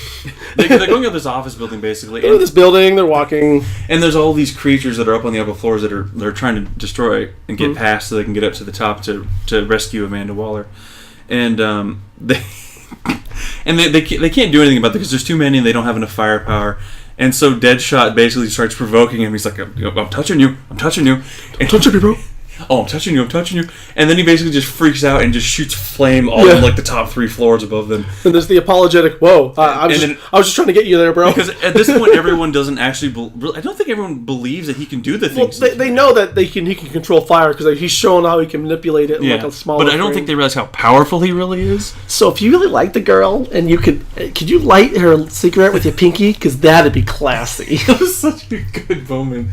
But like he has this moment where he really reveals to some extent how powerful he is, and they're all like, holy shit. Yeah. I thought that was really good. And I go back to Harley Quinn real quick. I really liked the way that the voice that Margot Robbie used for her character. Yeah, she did a good job. It was very animated series-esque, but it didn't feel like she was trying to copy it. If you've seen Wolf of Wall Street, she's already used that voice in the Wolf of Wall Street. She's playing that like Long Island Mall type thing. But it worked really well. Yeah, she did. And it felt like it felt like an homage to the animated series and not a copy. Well, that's who she's supposed to be. Like the only version of the only voiced version of Harley Quinn we have is the original version. Yeah. And so you can't change that. Like, can't make her British right now or Australian. Yeah. As it may be. But no, I thought it felt authentic. It didn't feel like she was trying to mimic it. She was trying to give her spin on the voice. Yeah. And I thought it worked really well for the character. But the characters, I thought they were great. So where are we at? What do you think? Are we? Let's see. We're an hour in. Have we killed Suicide Squad? I feel like now we're just repeating ourselves, and I don't want to overdo it. Overall, our feelings. I guess we can sum it up at this point. 10 words or less. Oh fuck. That's 2 right there. Oh shit. Okay, that's 6 left. Fuck. Okay, I'm out of 10 words. No. Overall, I thought the characters were great. I thought they all had their little moments. Even Killer Croc, who also I didn't think got a lot of screen time. I thought he was good. Mm-hmm. They didn't. Did he die? No, he didn't. No, he did not die. He got BET. Yeah. That was a great... Just quickly. There's basically part of the end when they save the day and they're like... Amanda Waller comes out, it's like, alright, you all get 10 years off your sentence. And like, for Captain Boomerang, who's like, I have 3 consecutive life sentences. Doesn't mean anything. Yeah. That's his problem, she says. And Deadpool's like, nah. And like, basically... Deadpool? See? Told you. Deadshot. Basically like, gives a list of demands. And then you're thinking it's like... Amanda Waller's going to be like, yeah, no, go fuck yourself. She's like... Okay. She's willing to make some concessions at that point. It's been a long day. The way she does it, though, she's like, okay, anyone else have any demands? Yeah. It's like, espresso maker? Espresso machine, and... I don't know if you caught... Did you catch that when they go back to them being in jail? Oh, she's drinking from her espresso machine? No. Yeah. The book she's reading? It's a Harlequin romance. It is a Harlequin romance. I did see that. You're right. I thought that was really good. But Killer Croc's sitting in his sewer. Anyone else got demands? BT. He's sitting in his sewer and like watching TV, and there's just booty shaking on TV, and he's like just very satisfied. and the Deadshot's demands like he wants to see his daughter. He wants visitation rights with his daughter. So he gets it, and then they show him talking to her, and they're talking about They're talking about finding the hypotenuse of a triangle. And then she's like, so like when you kill someone, the line is you're on the roof, and you're shooting at someone in the street. And where the bullet is the hypotenuse. She's like, yeah. I just didn't want you to go there. But then he's like, there's other variables like wind speed and like bullet weight, and rifling, and then sometimes you got to like factor in like the curvature of the Earth. The Coriolis effect, guys. The Coriolis effect. But yeah, just go back to summing it up. I thought the characters are great.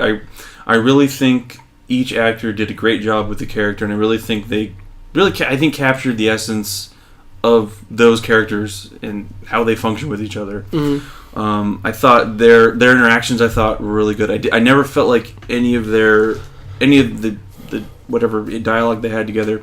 It didn't feel stifling. It didn't feel, for the most part, it didn't feel wooden. It didn't feel forced. It felt natural to me for the most part. There were a couple scenes I'm like, you could have done that a little better. But for the most part, I felt like they felt very natural talking to each other. But there was the edit. I think honestly, if the editing had been better, I think the script would have been better. Because I don't think it's a bad script. I think the script is good. The editing was a big problem. So all that said, I'd agree with IMDb. I'd give it like a 7.5 out of 10. I'm going to keep my 7 out of 10. I feel like there are a bunch of moments in the movie that are contrivances. I feel like that some of the dialogue is unnecessary, some of it's a little forced, and some of it's a little wooden. But it's not really the actor's fault. So like watching Buffy, Sarah Michelle Gellar is a great actress, despite what might have happened off screen during the filming of that. She's a great actress, but she had some really hard lines to deliver, and she tried to bring it, but some of it doesn't work out. Same thing happens here. Some of it's like, well, that's kind of like, you can't make anybody say that and try and mean it. That's fucked up. So it's got its issues. It's got sometimes a lot of them. Mm-hmm. And like I said, somewhere out there exists a better cut of this movie. It's probably in David Ayer's like hard drive, his personal laptop or something like that, and he's sitting there watching that every day, like, see how good this is. Fire that fucking editor. Nobody wanted me to use this one. There's probably I feel like, I don't work at Warner Brothers, never have, never will. But I feel like not that I don't want to work at Warner Brothers. Just they would love to. They wouldn't have me. No, they have standards. Yeah, I feel like there were a lot of notes going on. A lot of executives at the main company. A lot of people who weren't working at DC who don't actually know a lot about what's supposed to be happening here. But by God, do they have a lot of pointers and notes. I feel like that's what we got a little bit of, and that's the problem with any big budget movie. Is that the bigger the budget, the more hands in the pot, because people are putting a lot of money in this flick. They want to make sure that their investment gives them more money back, and they also want to make sure that their jobs are validated. They have to say something. Yeah. Well, if you give like $50 million, you're going to want to say in the film. Yeah, so that's sort of where I think it fell apart. I feel like DC and Warner Brothers have to develop the same relationship that Marvel and Disney have right now for the cinematic stuff, where it's very hands off. Very hands-off. Disney gives them the money and lets them do what they want, basically. Let us play, and you do your thing. Just cash the checks, bro. Cash the checks. It's one of the things, you can't, because they're getting really big-name actors for these films, like Margot Robbie and Will Smith. They're getting Jared Leto. They're getting huge people to play these characters. So you can't even say, they just need better actors. They're pretty much getting the A-list. Yeah, they got Ben Affleck playing Batman, guys. Who did a great job. I don't care what you say. Ben Affleck is playing Batman. Not just playing a great Batman. Playing a great Batman. But yeah, no, they're... Matt Damon, Green Arrow. Oh my god. No. If I can't have Stephen Amell in the cinematic universe, I want somebody. What they should have done is they should have cast Ben Affleck as Green Lantern and Matt Damon as Green Arrow and filmed the road trip comic arc. Oh my god, that'd be so good, the hard traveling heroes arc. Civil rights in your comic books, everybody. It's what we all wanted. But no, they're getting these really great actors to sign on. They're getting, I think they are getting better. But I really think their one aspect they're missing is Warner Brothers is not letting go of all the control they need to. For God's sake, for DC to really come through as well as it can. Because I know they have all the tools. They're just missing a couple key components. One of them is Warner Brothers just letting go. Here's the math. This movie probably cost somewhere between the $300 to $500 million range to make. Oh yeah. And then they probably spent another $200 million just to advertise it. Probably more because of all those licensed songs in the actual trailers. Yeah. Very expensive. It's not cheap to do Bohemian Rhapsody on so many channels. Nope. That's the way it is. That's why you never hear Bohemian Rhapsody anywhere but the radio. So a lot of cash went into this, and I understand they want to protect their investment, but this movie will make it back, even if it's considered a flop. Batman v Superman money. Yes, this will make Batman v Superman money, which still a lot of money. This movie will make you money. Any of these movies is going to make you your money. Yeah. You're going to get your money back.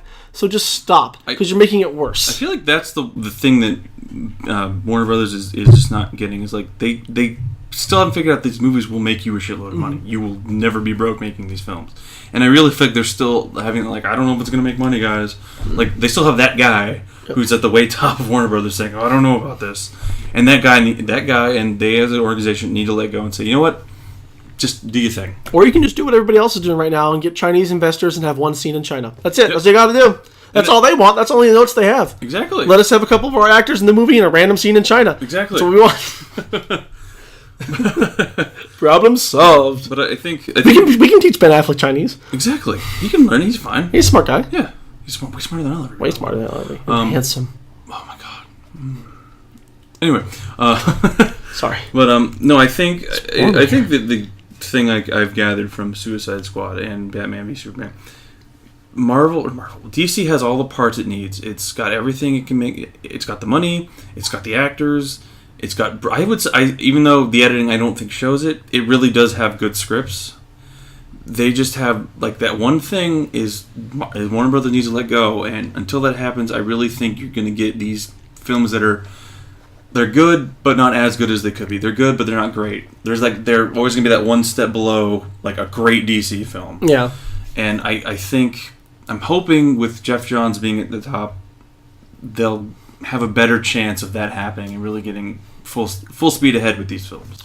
Or we could just be talking out of our buttholes because we don't actually know how much Warner Brothers is involved in the process. I mean, it's true. I don't know because I haven't heard anything. There are some podcasts out there, folks, where you can get the inside scoop on things. This is not one of them. We don't have any influence in any sphere such as the media industry. All we've got is the many articles that we read and YouTube videos that other people who are better at this are getting. Full disclosure, no.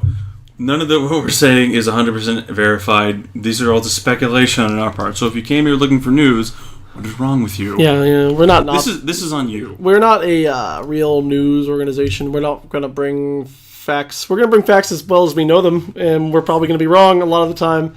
But who cares? It's the internet. That's what people want these days anyway. This is BNN, the Better News Network. Better News Network. You should get James Earl Jones to say that. Oh. Speaking of James Earl Jones, yes. Can't wait for Rogue One because Darth Vader's going to be in it. He's in it. And James Earl Jones is going to be Darth Vader again. Duh, because James Earl Jones, they better just have James Earl Jones record his voice saying every word of the every sound you can make in the English language. Every word of the dictionary, because someday he'll be dead and we're going to still want to make Star Wars movies with Darth Vader in it, and nobody can do it. I'm sorry. Does he have a that one comedian had a really good James Earl Jones? I can't remember his name now. But no, that's the closest you're going to get. As soon as when James Earl dies, sad day. But that's the closest you're going to get is that comedian. Yeah, you're just going to have to find a way to synthesize his voice because we're just going to need it that way. Might be some kind of rights issue with that. But yeah, it'd be fine. But yes, Suicide Squad. Good film. Go see it. I mean, we just ruined the whole fucking thing if you haven't seen it, but go see it anyway. You should see. If you're a DC comic fan, if you're a comic book fan at all, you've already gonna see it. You're gonna see it. You should see it if you haven't yet. It is a good film. It has its problems, but I will say, even though it has problems, for me, and you can speak to this as well. They didn't take away from the film enough that I didn't like it, that I didn't enjoy it, that I didn't have a good time. I had a great time still watching the movie. And no, I thought it was great. I really liked it, but. And even though I am a pretty huge DC fanboy, as we've discovered, the flaws are still noticeable enough for me, and I can still point them out. But like I said, I don't feel like it takes away from the film at all for me. I feel like I really had a great time, and it was worth seeing, and I'm really happy I went. If anything, ladies and germs, if you bring your significant others to the film, because we'll open up all types of excellent cosplay opportunities in the boudoir. I mean, fellas... That outfit is fantastic, and honestly, I'm pretty sure you can buy it at Hot Topic now. Actually, yeah. Inside scoop about Hot Topic. They are selling some of the Harley Quinn shirts. That's true. Maggie told us that. Maggie's our inside scoop. She's our inside scoop. Thank you, Maggie. Good job, Maggie. She's not a listener either. No. Shame. What else we got? We real quick. We watched two films last night. Great films. Good films. I really liked it. Yeah, again, flaws in the first one. Indie films. Flaws in the second one, too. I didn't find that many flaws in the second one. The second one, let's do that one first. It's been out longer. That one was God Bless America. Yes, written and directed by Bobcat Goldthwait. Yes. Who, if you don't know him, he's the comedian with a very distinct voice. Everyone knows who Bobcat. Yeah. For the Stephanie, if you don't know who he is. She knows who Bobcat Goldthwait is. I hope so. She knows more about Bobcat Goldthwait than we probably do. Probably. I'm sorry. I don't mean to. It's probably true. I think the best way to describe his voice, it's like a very deep voice that cracks. Yeah. Like he a very deep voice teenager going through puberty. Mm-hmm. But no, it was written and directed by him, and the basic plot is it's basically a foil for everyone in America who's like this guy. He has an insurance job he's been in forever, and he goes to the doctor and finds out that he's got a brain tumor, and he gets fired from his job basically the same week. Mm-hmm. And his whole thing is he's just really tired of the way that America is becoming dumber and meaner, and these reality TV shows are basically taking over to the point where we're just stupid and we don't do anything intelligent anymore. We don't have intelligent conversation. I agree with a lot of that because I feel like as a society we are becoming much more cruel. Oh yes, and the anonymity of the internet is a big part of that. Yeah, it's a big deal. I'm trying hard when I do this podcast. We talk about the movies and stuff like that. We make fun of stuff, but we talk about the movie stuff. I try to be critical, but I also want to be a little funny because it's entertaining. But yeah. I try to be critical and fair. Like one day when we do the Batman and Robin podcast, that's gonna be a great episode. I'm gonna do my very best to find things I like about the movie because I remember loving that movie when I was a child. What I will say about, it's a quick aside for Batman and Robin, Batman Forever. Those movies are just atrocious, but they're so fun to watch. They're time capsule. Campy and goofy, and they make at this point they've gone from entertainment to just make me laugh out loud really hard because they're just so bizarre and so out there. Nice to meet you. There's a theory I've heard about those films. Yeah. That they are basically movies in the Batman Returns universe. They are movies in that universe about Batman, which is why they're the polar opposite. Like Batman Returns are really dark, gritty movies. Like the city itself is very bleak. But in those films, the movie's like really lit up and it's like really happy and there's stuff going on all the time. So they're these like the theory is that these movies in that universe that are basically like kind of like the Adam West series was to us. It's like, so you're saying that like the first two Batman, those are really bad. Those are the real movies. Those are really happening in Gotham. Yeah. And that the second two George Clooney and Val Kilmer ones. Mm-hmm. Those ones are movies within that universe about Batman. Yeah, which is why they're so much. They're campier. Why there's two different characters playing Batman. They're like pop fiction Batman because how can Batman license his identity if he's anonymous? Exactly. Which is why you have that like in Batman Forever or Batman and Robin when you have that scene where George Clooney pulls out the Batman credit card. Yeah. Like why you have scenes like that, and in that, if that is true at all, that makes them way better, I think, because they make more sense. But they're still very bad movies. But then I just see Michael Keaton like just watching them, just being really pissed off. I'm Batman. God damn it! He's sitting there in the cowl. They ruined me. I miss Selena. but no, like they're very campy. But I love watching. They're so bad they're good at this point for me. God Bless America. No, the movie we're talking also, about. Yeah, right. God Bless America. So. The guy who I can't remember his name, but if you watch Mad Men, he played Freddie Rumsen. Yes. In the film, his name is Frank. He goes around. His name is Joel Murray. Joel Murray, I believe. Yes, that's right. He teams up with a young compatriot, and there's a really kind of interesting dynamic where he's trying to like stay. There's a huge age gap, and she, by the way, is underage. So it's kind of weird. It's like there's a bit of a Lolita complex going on, which to their credit they treat very well. In that like nothing ever gets no, and then like he stays strong and all that stuff. But yeah, if you haven't seen God Bless America, I feel it's like at times it gets a little saucy and a little sanctimonious, and it's like yes, but I feel like that's the intention behind it. Though. It is. It's supposed to be, but it's also just like you can't. It's one thing to rave against the stupid. It's another thing to spend 90 minutes talking about how everyone's stupid but me. Well, I think that's done purposely though, because the idea I got of the film was like it's supposed to be like this man who's really like rallying against this thing that he feels like is bringing down the country, not realizing he's basically become this this hyper sanctimonious character who's like just, oh, I'm so holier than thou. Like he himself has become a parody of what he is trying to portray, and he doesn't realize it.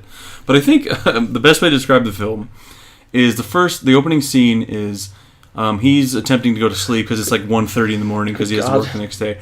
And his neighbors, who he shares a wall with, are like, the TV's super loud and their baby's crying and they're just being really obnoxious. They're talking about stupid shit. And he just gets fed up and just busts in with a shotgun and just blows them all away. He blows the father away. He shoots the father, and then the woman shields herself with the baby, going, "Oh, baby, oh, baby," and then for some reason she tries to throw it in the air. I forget. I don't know why. Yeah. And so he like the camera cuts away, and he skeet shoots this infant, and blood splatters everywhere. It's blood and like feathers. But then we bring it back, and it's just like his weird, twisted dream fantasy about what he's going to do with these babies. That is like, I was like, wow, this movie's been on for 30 seconds, and they shot a baby. Not just shot, but there was a lot of blood. I mean, they shot a baby with a shotgun. That's crazy. And the mother is just like covered in blood. It's so gory. But yeah, that's how the movie opens. I think it's a really good indicator of what you're getting into with this film. It's like, I think that's the litmus test for the film. Anybody who walks out in the first 30 seconds won't want to see this movie anyway. That might have been purposeful. But there's also a great scene when he finally so he's lost his job. He finds out his brain tumor, and he's about to kill himself, but he's watching this like Sweet 16 parody. Yeah, Sweet 16. He sees this one girl who's just a bitch. She's the typical she gets the wrong colored car or the wrong car itself. No, she wanted an Escalade, Kenny. She got like a Lexus, I think. She wanted an Escalade. You ruined my birthday. That was not a biographical moment at all. Kenny did not get his Escalade either. I did not get my Escalade. I also didn't want one. I have standards. You're a liar. About having standards or getting an Escalade? Both. Oh, okay. I really wanted an Escalade. I wanted to be Luda, damn it. Do you really want me to tell people that? That's fine. That's what I told him. Kenny has no standards. I have no standards. I'm doing a podcast with you. Of course I have no standards. You should look at him. Oh, seriously. Oof, Listen, I anchor this bitch. I'm the level one here, Kenny. I control all the hardware, though. You better shut your mouth. Oh. But, so he's about to kill himself, and he sees this, and he decides, no, I'm going to kill this girl instead. Yeah. So he goes outside and at the very least, he needs to do that first. So he's like sitting in the woods behind their high school watching her, and then that's when you meet his compatriot Roxanne. And she's isn't the creepy weirdo in the woods thing played out? Yeah. And so he basically waits till after school, and as she's getting in, he busts up behind her. Behind the blonde girl, not Roxy. Yeah. And handcuffs her to the steering wheel of her car. And shoves a rag into her gas tank and hits it with the lighter fluid, and then tries to light it on fire and walk away. And then he's trying to do a cool walk away with a cigarette. And then he realizes there's an explosion. He turns around and the rag is flown out of the car because of the wind. He's trying to pick it up. He's like, oh shit, and he can't get up, so he just says fuck it and shoots her. Well, no, because her friends are coming in and she's screaming in the car, and her friends come by. He's like, Courtney, is that? No, it was Chloe. Chloe, is that you, Chloe? He's like, Chloe, oh shit. What are you doing? What's going on? He's like, fuck it. Bam! Just blows her head off. Runs away. And this is the first half hour of the film. Yeah, it's pretty funny. And in a dark and twisted way. So if you're not a good person like us, you'll probably really enjoy it. Yep. That's why we did. Bro. All right, sorry. Jeff left me hanging. I did not. You did too. I caught up. And then he teams up with Roxy after much convincing, and they go basically on a killing spree across the country. We don't need to give away the whole movie, but that's the gist of it. That's what basically the plot of the film is, and then what follows from there. There was one great scene I feel like to talk about where they go see this. They go to the movies to see this documentary about the My Lai massacre. Yeah. And these group of teenagers pop in behind them. And there's a guy in the theater when they get in, they sit down. And this group of teenagers pop in, and 3 out of the 4 of them are being really obnoxious and throwing popcorn at him. And he basically says, fuck it, gets up and first Roxy tries to shoot them. Yeah. And she's missing. He's like, I'll have to do this. So he grabs a gun from her and then shoots all of them, including the guy who starts filming him in the theater. Yeah, I'm filming this! And then as he's walking away, he sees the other girl who's in that group who wasn't doing anything, and she's cowering behind his seat. And he's like, thank you for not being rude. Thank you for not talking during the movie. And you're welcome. And thank you for turning off your cell phone. She's just like, yeah, no problem. And then he walks away. Yeah. And then they showed this scene where they're interviewing her. And she's like, yeah, I think he just killed them all because they were being really rude. So that was a really good scene. But yeah, basically the plot is this guy basically goes on a shooting spree across the country because he said, this is it for me. He's had enough. But what's funny about that movie scene is that when we watched Suicide Squad earlier that night, okay, there was we're all sitting down in the movie. We sit way in the back, too, for whatever reason. I can't remember why we did that. Well, because, by the time we got there weren't, enough seats that were together for the three of us. So that the where we're sitting is the only one we could really find like that. But, so we're sitting, the second to last row in the back.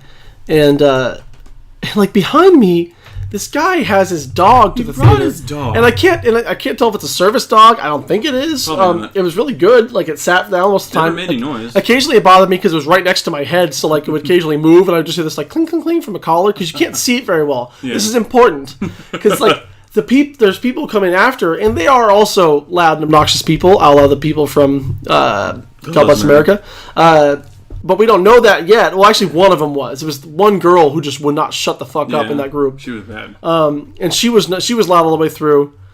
And so she accidentally steps on the dog, but just keeps walking. Yeah. And the guy behind her accidentally steps on him and goes, "Oh, what is that? Oh, sorry." And he's trying to apologize. And the guy who brought the dog and is actually inconveniencing other people is like, "You stepped on my dog. He's right there." And the guy just you can just tell the guy's just going sorry. It's a dog. It's in the way. It's I can't see your dog in the dark. He's in the dark.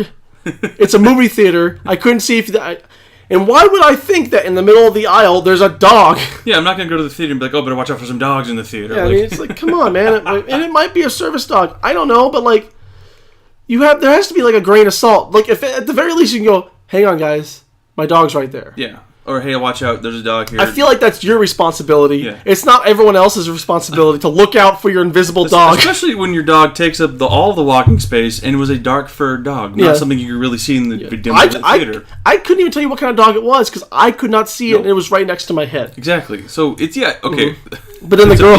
PSA, if you bring your dog to the theater, warn everybody. Yeah. Also, don't bring your dog to the theater. The girl who was really loud is she's like... "Oh my God, was that a dog? Did I step on it? Oh, puppy!" And we're just shut the fuck up. Stop it. The movie hasn't started yet, I know, but I know you're going to be a problem. And she was. Yep. They were full on, she was just the whole time in, parts of this movie. Seriously, why come to this theater? And the people in front of us were just talking a bunch, and, the woman kept getting up to, get more snacks. They must have had, they must have spent, $60 on movie theater nachos during this movie. Yeah. And it's not that long of a movie. She must not have been that interested. Probably not. And apparently he was the funniest guy on the planet because she thought everything he said was goddamn hilarious. She laughed so hard and loud. She was trying to get that D. She was trying really hard to impress this dude. Yeah. And this has been the Jeff and Kenny, our curmudgeon segment. We are. We are very old for our feel like we should bring more of our personal lives into the podcast. We should. But, yeah, it was...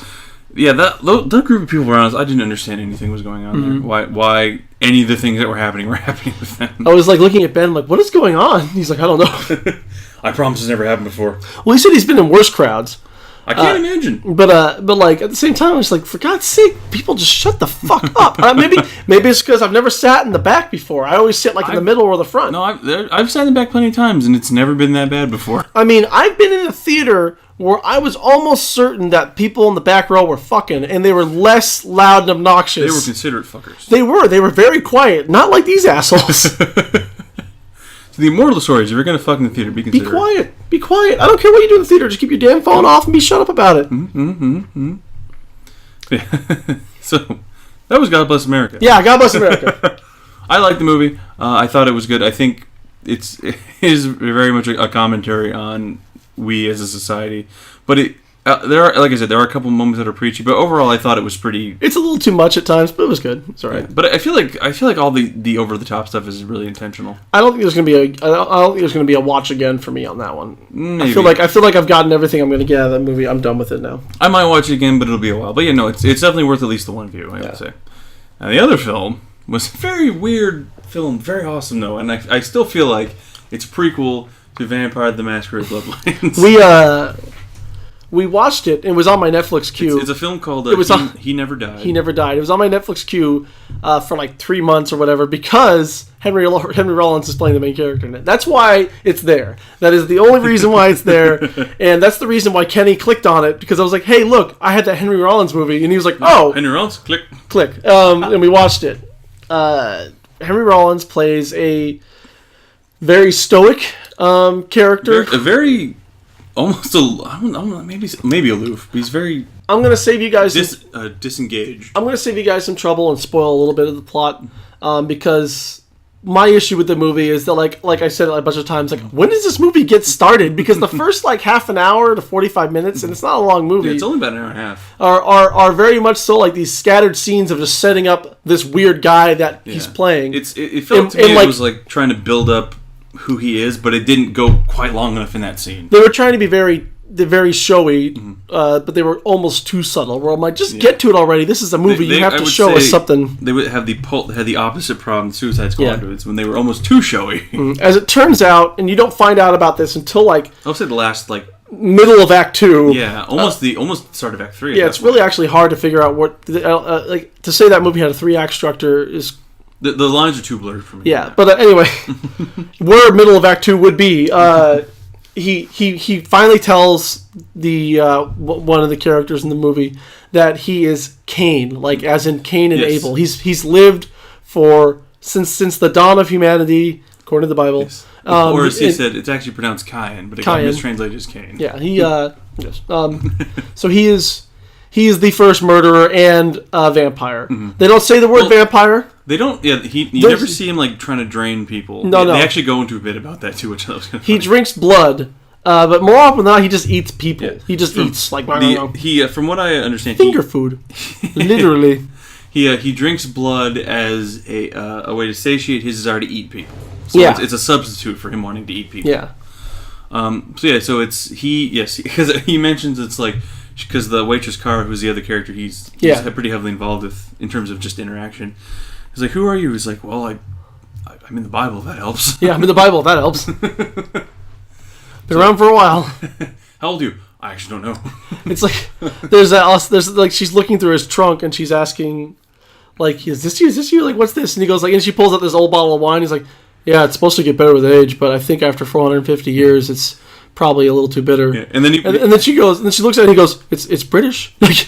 And then she pulls out this other bottle. Nondescript bottle with some red stuff in it. And he goes, and he goes, "That's not wine." And I'm like, "Is that the blood of Christ?" I think because if you looked at it, it was like a combination of like red and clear liquid. So I think it's supposed to actually have been what Jesus bled out on the cross. Is he Longinus? But there's a couple great moments where like he's immortal, he's invincible. He gets shot point blank in the head, and all he does is kind of turn his head a bit. And he has to pull out the bullets. She's like, "Why are you doing that?" He's like, "Because it'll heal over and I'll get migraines." And then, but the best part is like she's seen him go all through all these. Like he got his ass, he got punched in the face a bunch, gets shot.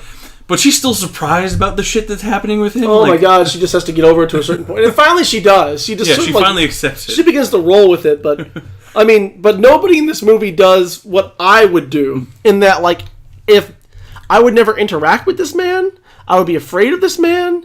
I would not want to be friends with him or date him or fuck him or anything like that. Like a lot of the women in this movie seem to want to do. I mean, it is Henry Rollins, that helps. But like the moment that you start talking to him, you realize this guy's a little unhinged. And there's even there's like these, like the way he plays this character, his lines for like the first half of the movie are so short. He has like 2-syllable or 3-syllable answers for everything. Or like there's lines where like what turns out to be his daughter, she goes, "You're a little out there." He goes, "Probably." Geez, you're intimidating. Okay. I think the only time he talks to his ex-girlfriend on the phone, he's like, "Jillian, I remember hating you." I remember hating you because he hasn't talked to her in 19 years. Yeah, he says like they had like a month-long relationship and then he never saw her again. Yeah, and that's where his daughter came from. How long has it been since you've been with someone? How old are you? 19? 19 years. 19 years. But it does make sense because he would be seriously fucked up after all the stuff he's seen and done. And plus it's like his character, like I said, been known as the dawn of time pretty much. He's gone out of his way to really not interact with anyone. At this point in his life. So when he's interacting with all these people, of course he's not going to have any like really idea how to interact with people anymore. Then the good news is that this movie is, rumor has it, it's getting a miniseries. Yes, that is being directed by the same guy who did the film and will star Henry Rollins. Mm-hmm. So because there's a lot left to play with. There's a lot going on in this movie that we don't get to. The Bible. Yes. There's a lot of lore in there. There's a lot of interesting shit that we could really cover with this thing. And and I dig that, you know. I mean, like, there's all these hints that he used to be much more social. Mm-hmm. Like, he doesn't drink anymore. Yeah, and he goes off on, like, when Kara asks him, like, what do you do? And he, like, what have you done? And he lists, like 47 different jobs. Yeah, well, he's lived forever. So, but, like, yeah, he's done a little bit of everything. Potting. Did a lot of potting. I did a lot of potting. He was a potter. Minor. He was never a waiter. I never did that. He did every single retail job. Was a manager several times, a bodyguard. Ran a couple businesses. Worked security. Spent a lot of time in the army. Most of my time. Most of my time. I was a mechanic that was in the army. Or I was a medic that was in the army. I was in the army. One time, I suppose. So it's just like, it's like there's a lot to go through. Like, this could be a new Highlander. Right? Starring Henry Rollins, which is great. So it's all kind of... there's still a lot to play with here that we didn't get to in the movie, and they got to, like, tease it with the movie. Like, yeah, that scene in the bar where he's like, he doesn't drink, but, like, because his daughter shows up, she's bringing out more of his humanity again, so he has the urge to go out and get a drink, and he's sitting there holding the beer, and he doesn't end up drinking it. He ends up kicking a jukebox and leaving. Because, like, these two women start talking because they're like, think they're into him, and he's just, like, books it as soon as they say anything. Yeah. But, like, one thing I liked is, like, when you do meet him, and for the good portion of the film, he is very stoic, very wooden, like, one-word, two-word answers. But as the film goes on, he's interacting more and more with his daughter and with Kara, the waitress, and these other characters. He starts having more emotion in his speech, and he's becoming much less wooden and kind of exposing himself more. Yeah, it's kind of the detriment of most people. You get the feeling that he hasn't interacted with people in the 19 years. Yeah, and possibly more. Like, who knows what his mind state was when he had sex with that girl? I mean, outside of Jillian, he could have been hundreds of years before he talked to anyone. And the other thing is too, it's like, it's unclear as to whether his daughter is his first daughter, because like there's a little side part where, as it turns out, he's able to see death. Yes, and she's able to see him too. She goes like, do you know that guy? And she goes, you can see him. He goes, yeah, of course I can see him. Don't ever talk to him. Never talk to him. Don't look at him. Never talk to him. Never acknowledge his presence, even if he talks to you. Yeah. So she has some of his abilities, maybe. I don't think she's got the immortality thing. But, like, is this his first kid?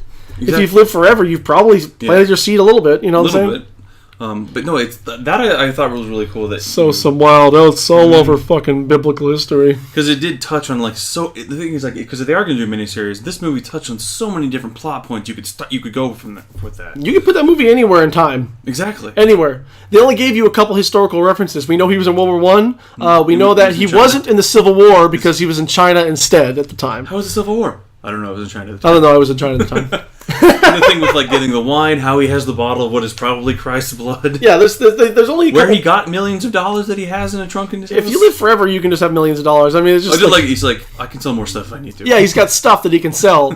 Probably, like, very important historical artifacts. There's, like, a musketoon in his trunk as well, or whatever. It's I mean, yeah, he opens up like, is that a flintlock pistol? But there's a really great scene at the end, because there's a mob boss. I think his name is Alex. Yeah. The whole spoiler. Andrea gets kidnapped. That's his daughter. Gets kidnapped as revenge for Jack, which is Henry Rollins' character, for killing Alex, the mob boss's dad, when he worked for him. Yeah. So he kidnaps her as a payback. It's all trying to draw him out to get payback. Yeah. And then you're like, it's like, you can't hurt me. Why would you? It's like, because you're a different animal, Jack. Honestly, it's not a spoiler because it's really not. It's like it's the plot of this movie is just really unnecessary. It's just a vehicle for Henry Rollins to be weird and awesome. To be Henry Rollins. Yes, and I would love to see a miniseries of this movie. Oh my god, I'd watch it. I'd watch a series. I just hope it gets on a network that really can do the right things with it. Netflix would be a good choice. choice. HBO, AMC even maybe. Mm-hmm. Oh, Kevin Smith is making Buckaroo Banzai a series with Amazon. So now I have to get Amazon Prime. Fuck. Well, at least it's cheap. It's like I just have to make sure I have like $100 and something bucks. There you go. For every year. $99 a year. Yeah. But one thing I really liked is when he's basically torturing the shit out of this dude Alex, because he's kind of letting loose at this point. Probably something he hasn't done in quite a while. Mm-hmm. He's about to kill him, and he looks over and he sees Death sitting at the bar, and he flips his fucking shit. He goes for him?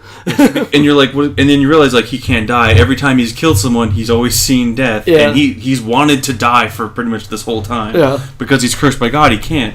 So he loses his mind at this guy. Yeah, he's pissed off. He's like, for killing that shit Abel? Like, really? But I thought it was such a good scene because it's the one. It's the one emotive scene he's got. It's not, I mean, there are more emotive scenes, or I should say other emotive scenes, but this is the one where he really just lets everything out, and all of his anger, frustration he's built up probably for thousands of years, he's just exploding at this guy, who just says nothing and looks at him. Yeah.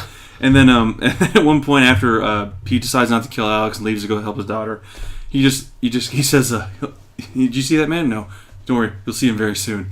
And then he turns around, and then you see Death saying just like, "Ha." He says hi in like this very gravelly, very augmented like hi or whatever. It's kind of strange. Then that's how the movie ends. But no, I really think this, if anything, was more of a prequel for the miniseries. Yeah. Like I feel like this movie. That might not have been their intention, but I feel like that's what this movie will serve as a great episode 1. I almost wondered if they made the movie and realized we have so much stuff we didn't touch. Let's make a series out of this. I don't know. Is it based on? I don't know if it's based on anything. Is it based on like a graphic novel series, like a comic book series? I don't know because it feels like this is such a lore heavy place to go, and like we talked about prequel to Vampire the Masquerade because in Vampire the Masquerade that role playing whole genre, that entire that's got a long history that I can't touch on too much because I've only ever played that one video game, the Bloodlines, which has its ups and downs. But like in that one, in that lore, Cain is the first vampire. Yeah, he's cursed by God to walk among the people forever and can never die, and he becomes the first vampire. And he mentions in Henry Rollins, Jack in the movie mentions that she goes, are you like the way in the car? She goes, are you a yeah. He cuts her off. They never say the V word. Nope. And she goes, is there other people like you? He goes, yes. And she's like, would I need those things? Why do I need those? Why do I need those? She's talking about the fangs. Why do I need those? So that's why I'm wondering, is this in some way tied to that series, to that lore, because of those things? Maybe. I mean, but, who knows? Because, like, even if it's not tied to the lore, there's still a lot to play with there. Oh, yeah, absolutely. And it's a huge, there's like an open field of fun to go through there. Yeah. But no, if you dig anything Henry Rollins does, but if you dig like kind of weird indie films, if you really like this kind of stuff, I would say check it out, give it a watch. Definitely worth it, I think. It's a tough sit through for a little bit. Mm-hmm. Although you're interested in this character, but you're sitting there after a while. Like I said, I was just kind of waiting. When does this movie actually start? Because like nothing is happening. Yeah, there's a lot of setup that doesn't have a payoff. Right? Yeah. There's nothing's going on. And then we get to like sort of like Suicide Squad, where we get lots of like introduction and expository scenes or what have you. And as I was telling you, I think the only fault with this movie really was the lack of budget, because the script was good, I thought the actors were good, I thought the characters were well done. If this movie just had a little bit more money, I really think it could have been better fleshed out. I feel like they had just enough money. My issues were with the script. In that like all those beginning parts. Well, I feel like if they had a little bit more, they could have fleshed those scenes out a little bit more. Or they could have cut some of them. True. But yeah, I think they could have gotten to the first inciting incident. Maybe half an hour earlier. I feel like if they cut out so much, it would have been like an hour-long movie, and I don't think it would have gotten enough. Then that's a weak script.